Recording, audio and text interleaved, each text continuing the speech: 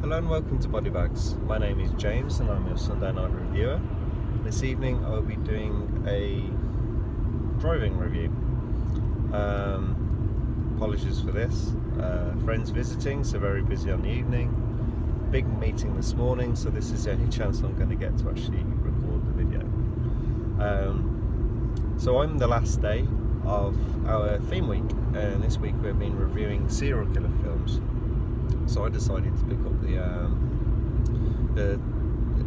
I think it's film 2014 but released in 2015, Creep, with Mark Duplass, something like that. So I can't remember his name.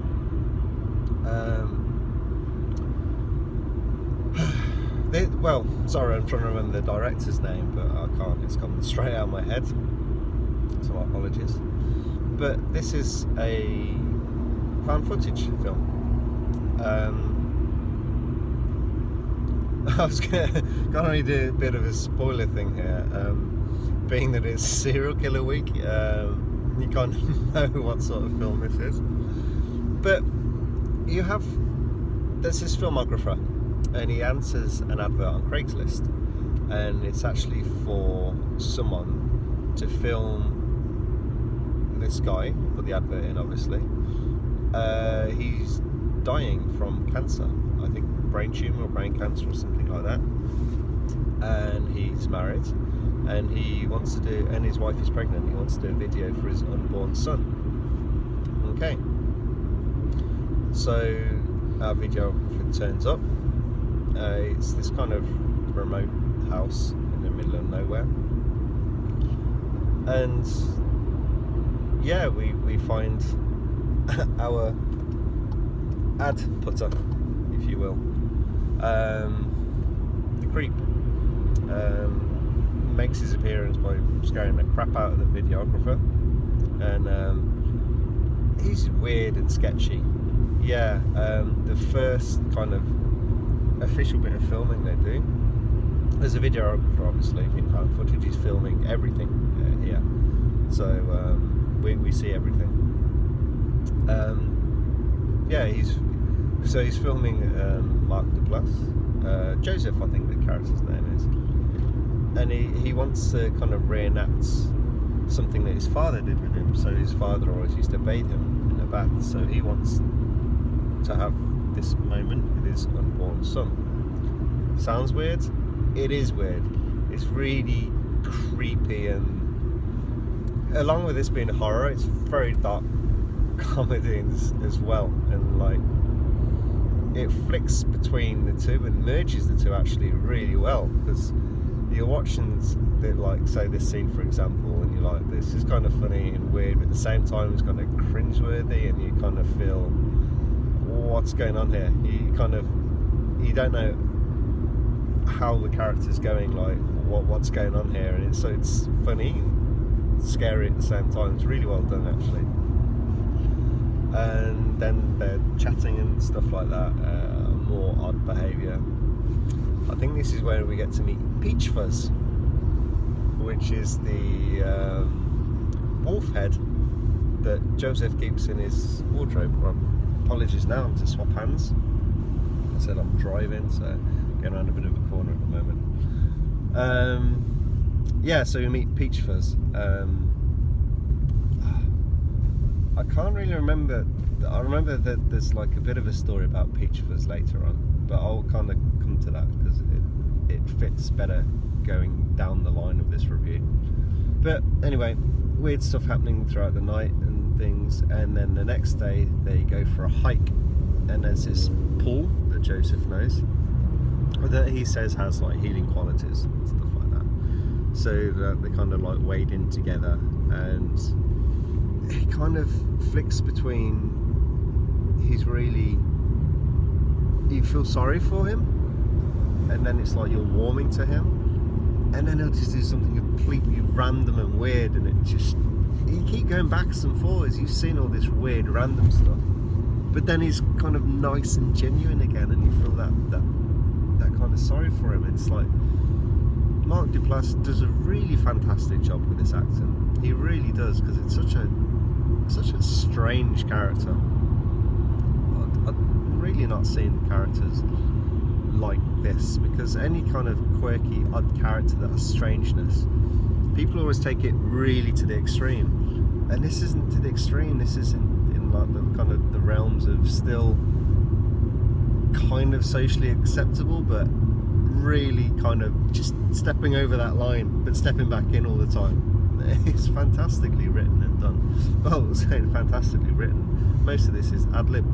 Yeah, they kind of had a basic structure of the film, a few elements that they'd stick to, and then they just go with it. And I apologise, I shouldn't remember the other actor's name, because the two of them together, they work really well. They balance nicely.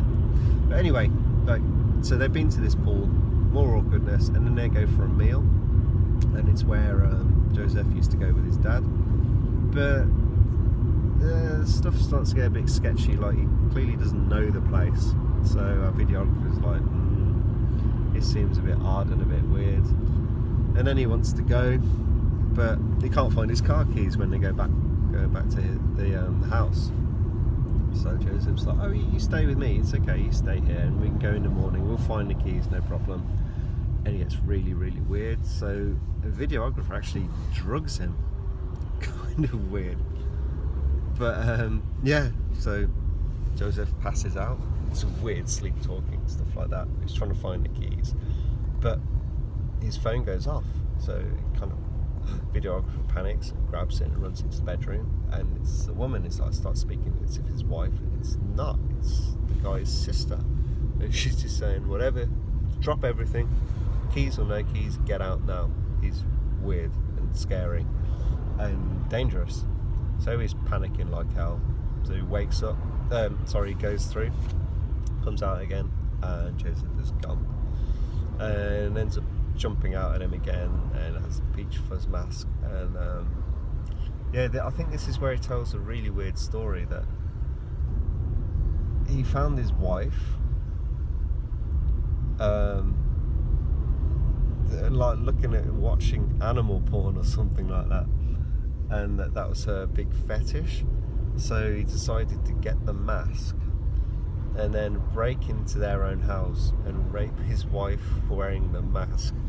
So he hears this story. I'm not laughing at the rape, we never condone rape or anything, but the content of the story, and you're looking at this like, videographer is freaking out right now. And basically, we'll say creep is now Peach Fuzz, because he has the he has the mask on, and then he's kind of suggestively gyrating up against the door, and then there's a bit of a scuffle, and then the next bit of filming you see our videographer's back at home. Whew. Yeah, and then over the course of the next couple of days he gets some things in the post, a weird DVD obviously sent by Joseph, explaining more stuff. And there's another DVD with a box that has a locket of the two of them, like a heart thing locket. Yeah, because he's really inappropriately pushy, not in a sexual way, but like best friends forever. It's like so weird and creepy. And then the third video, well, he actually gets to place the video, but he actually breaks into the house, and while he's asleep, he's filming. He takes the camera and films the videographer. He's actually peed the bed, because they're discussing things. They'd have like a telling secrets, and the videographer says he used to have an issue peeing himself when he was a child. He had a monitor fitted and stuff like that. And then Joseph was like, yeah, I think his one was like, oh yeah, I was actually filming you before you turned up. It's like, okay, freaky stuff. Or taking pictures or something. But anyway, the third video is he wants to meet him. Yeah, he's like, we'll meet in a public place and everything will be fine. We'll just need to explain, and then that's closure on everything. Videographer being a little naive kind of goes along with that. And before you start thinking, oh, you would have called the police long ago. He does call the police, but there's no evidence of anything. He doesn't know the guy's full name. He doesn't actually know where he properly lives and stuff like that. And it's because I can't remember exactly. Like he says it's his summer house or something, and I don't know if it turns out not to be. That It says someone got a person's random house. Can't quite remember that bit, but the police basically can't do anything anyway. And so he decides he wants closure. Joseph has offered this closure, so he goes to meet him. So he sets the camera up in the car and sits on this bench, and he's waiting for him.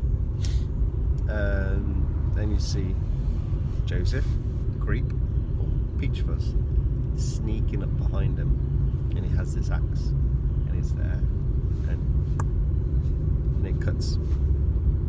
It's getting an axe in the head. So then the next video you see, which is kind of our last scene, it's like Joseph explaining he can't believe how naive our videographer was. Sorry, I really should remember his name. But yeah, he's saying can't believe how naive he was, but he was one of his favourites. And then so he labels the videotape, opens up this cupboard thing, and there's loads of videotapes in there, and this is the link of why this is a serial killer film for this week. Yeah, he's a serial killer, and he kind of does this a lot. And that's the end of the film. And there's actually a second one that's come out now, and the twists are a bit different, and I wasn't sure how they'd be able to pull it off. Again, it's a really good film. It's not quite as good as this one, but it's really entertaining, and definitely these two films are really worth checking out. I mean, even if it's just for like Mark Duplass, his acting. Like I said, he carries such a difficult role so well. He does a superb job. Both of the actors do a fantastic job. These are the only two which are in the film. The only other slight interaction is when the sister is on the phone, and I think that's pretty much basically it. There might be another couple of bits and pieces, but basically, two-man film. They do fantastic, especially with all this being ad-libbed and the freaky stories that they managed to come up with. And yeah, I highly recommend this. I think I gave this a 9 out of 10, so please do check it out. Okay, right, I think that's the end of my review, so hope you enjoy your day, and I'll see you all next week. Good night, bye bye.